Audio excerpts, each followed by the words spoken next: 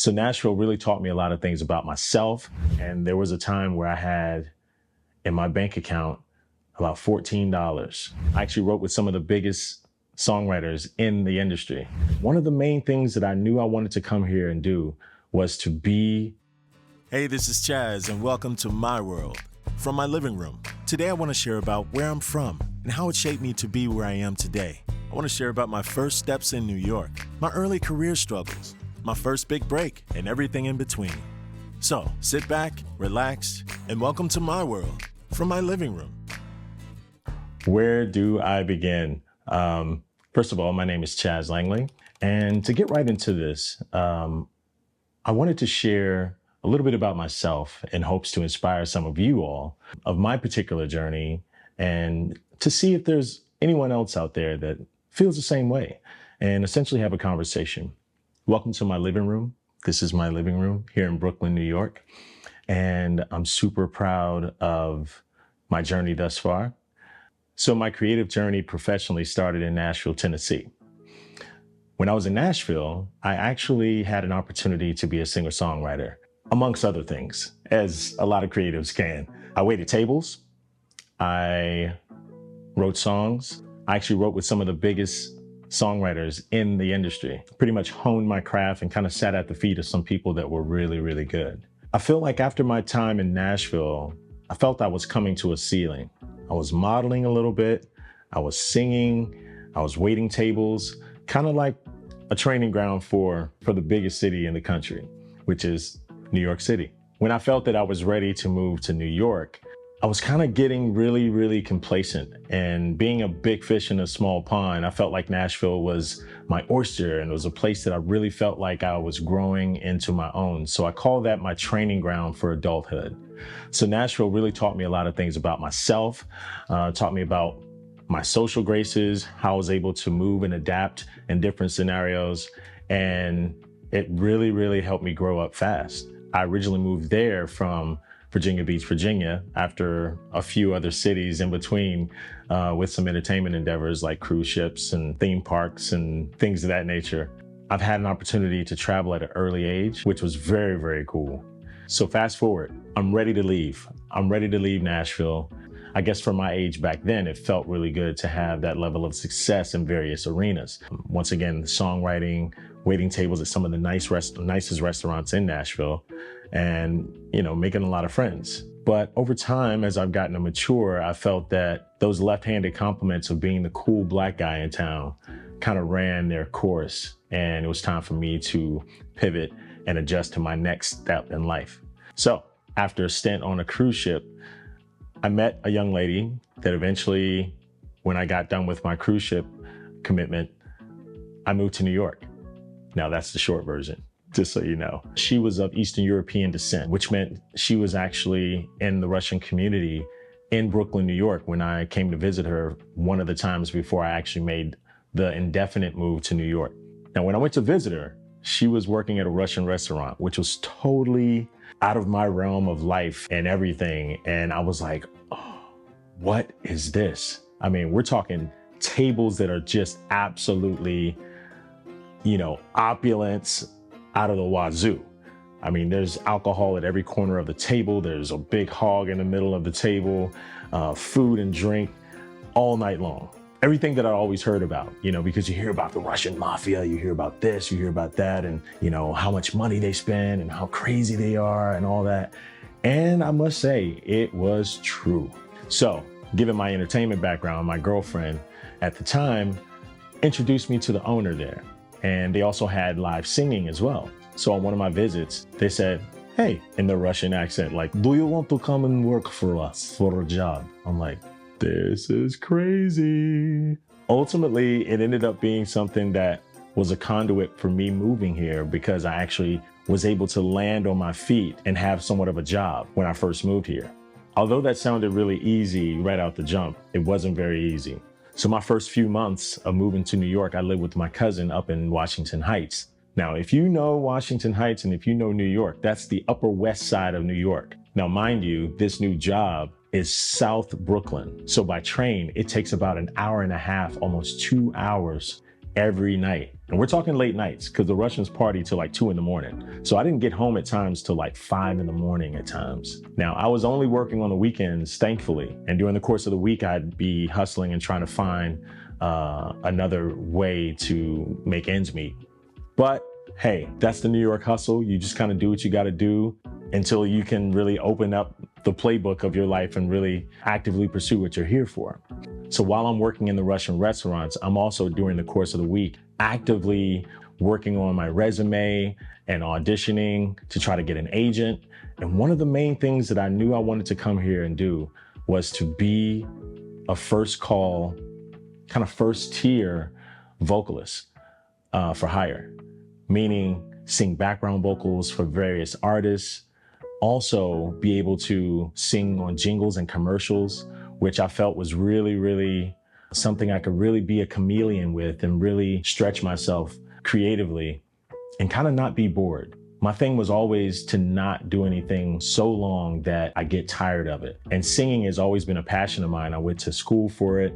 And so it made sense for me to actively pursue this. And I felt that it was the easiest type of career as well as the most rewarding, because I came here with the notion that you record for like a half hour and you make a lot of money with residuals. Like that was the game plan. Okay, I'm moving to New York. I'm gonna become a first tier vocalist. I'm gonna sing on all these commercials. I'm gonna live a great life in New York. I'm not gonna do the same way that everybody else. I heard about everybody else's struggles. No, I'm going to the front of the line. I'm gonna do this. Not quite. So 3 months on my cousin's couch, I finally get a call back. I get a call back from Vam Nation, and Val Morris is the actual president of the company. Now, to say this was one of those New York movie moments, I mean, I felt all the vibes, and the offices was near Times Square. So I got that New York moment where I'm right in the center of Times Square and I feel like I'm looking up in the air and you're seeing the buildings rotate around you and it looks like I'm walking in a circle. You know what I'm talking about. I don't know what it's called, but tell me in the comments what it is. Anyway, so I had this whole moment where I'm like, oh my God, I'm going in for my first meeting. And, you know, I always heard the whole adage, like, don't call us, we'll call you. So I'm thinking, okay, low expectations, but really, really feeling like after this much time that someone's had to look over my work, that it will be worth the visit. So I end up having my meeting and it was the whole wait here, she'll see you in the moment type thing. I'm like, oh my gosh, this is lining up just like the movies. And I finally get to talk with the owner and she was like, we really love your voice. We love this, that, and the third. You know, we think you'd be a great fit. I'm like, oh my God, this is not happening. This is crazy. And yeah, there it is. I get my first representation. Now, I'll tell you this now, but I'm sure I will expound on this in a later episode, but I've been with them now for 16 years. I'm working in this Russian restaurant. I'm singing, making like, you know, $200-$300 a night, which was fine because I'm in New York and in 2 days, sometimes 3 days, you know, making $200-$300. And then the Russians, they really tip. So it can go upwards of like $400 or $500 per night. So I'm like, this is great, man, what a sweet gig. And, you know, I kind of bypassed the whole traditional New York struggle and found a really cool niche in the Russian community. And so people started to find out about me and I was starting to get, you know, a little bit popular. And one time there was a special event that me and my girlfriend and the other dancers were invited to be a part of this international event where different restaurants in the Russian community were represented. And they selected our restaurant and I got to perform a couple of songs and there's media and stuff. This is before social media for the most part. I don't believe even Facebook was around. Maybe it was, but there wasn't any posting or, hey, come check out my gigs. There wasn't any of that yet. So it was really cool to be able to have the photographer say, hey, go to my website and check out the photos that I took of you. Well, I went to this random Russian website that was all Russian. I had no idea what I was reading, but because I was looking for photos, it really didn't matter. So as I'm scrolling through, I see our photos and everything, but then the only thing I see in English was a post about an apartment. And I'm like, God, is that you? So I'm like, oh my God. And it was like $800. And it's close to where I was working because keep in mind, at the current time, I was living 2 hours away up in Upper West Manhattan. So any way to be closer and cheap just worked out. Now, the catch was, this place was just above a nightclub. Now, not a traditional nightclub, more so like a lounge, but it was still a Russian lounge. And I spoke with the owner. He said, hey, sure, move in. Now, this is where we get to the little bit more traditional New York sort of grind. There are, roaches here and there, but the mice, yes, the mice were very, very prominent in this particular apartment because once again, I was above a lounge, which also had a restaurant. So, hey, I got to know the owner of both the lounge and my landlord, which was the same person. We became friends over time. But that was my first place where I was able to essentially make my own apartment. So I'm still working at the Russian restaurant, and there will be some times where the restaurant will be slow. So they kind of cut the staff, and some of us were able to stay and work and some weren't. So now sometimes I didn't work. So I'd make $200, maybe $400 in a weekend. And although it was cash money and I didn't have to worry about taxes or anything like that, it wasn't enough to live for food and transportation, all the other things that help you live in New York. It still made things very, very meager, to say the least. So there will be times where I'm a little bit late for rent because I'm having to accumulate $800, essentially probably $1,000 a month to pay rent on top of my living expenses. It got a little tight there for a minute, and there was a time where I had in my bank account about $14. So during this time where the restaurant was kind of slow, I had been auditioning and submitting for jobs through my management for the vocal work that I had now began to do. So one of my first sessions I got was with this music house. A lot of the music houses are the ones that do all of the commercials. So you have the cool, hip millennials, kind of the producers with their beanies and beards, and they're doing all this cool music, and they do music beds. And then you come in and sing on top of the music, and then they submit that to different companies for commercials. So I got into that niche. My demo rate back then was probably about $150 or something like that. At this time, I really wasn't familiar with how the union was able to do the whole residual thing that I wanted to do as far as being a singer. I'm like, I want to work minimal, but I want to make maximum, So I'm like, okay, I don't know when these jobs are going to pop off, but it feels like it's been forever. I went in for a session. So my manager said, go in for this session for Miracle Grow plant food.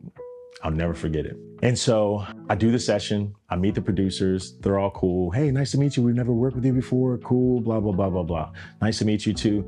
Great, thanks for the session, goodbye. Now, there were moments where I had my New York moments of feeling inadequate, insecure. Is this gonna work out? Did I make the right decision?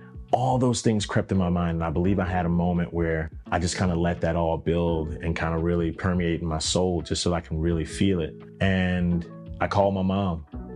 My mom is the center of my universe. She's amazing, but she cares about her son. So one of the things she told me when I called her, essentially just kind of, this New York struggle, the grind is real, and this, the hustle is real, and all those sort of phrases. And she was like, as a good mom would, good Black mom would, boy, come on back home. Come on, get a good, safe government job so that you can have consistent money and all this sort of stuff. And I'm just like, nope, I'm not made for that. I'm not made for that.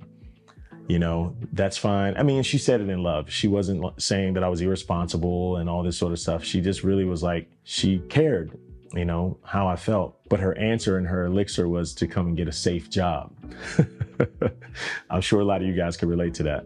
So I said, no, I'll be all right. But I need a ticket to get back home because I want to come see the family and kind of get some homegrown love, especially in the midst of me kind of moving to New York by myself and just really embracing that new challenge in my life. And so I went home. I'll never forget it. And, mom cooked her, favorite foods that I loved growing up and everything. And it was beautiful.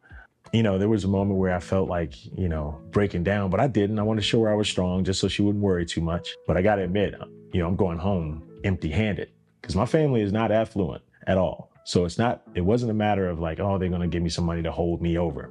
Nah, that's not my situation.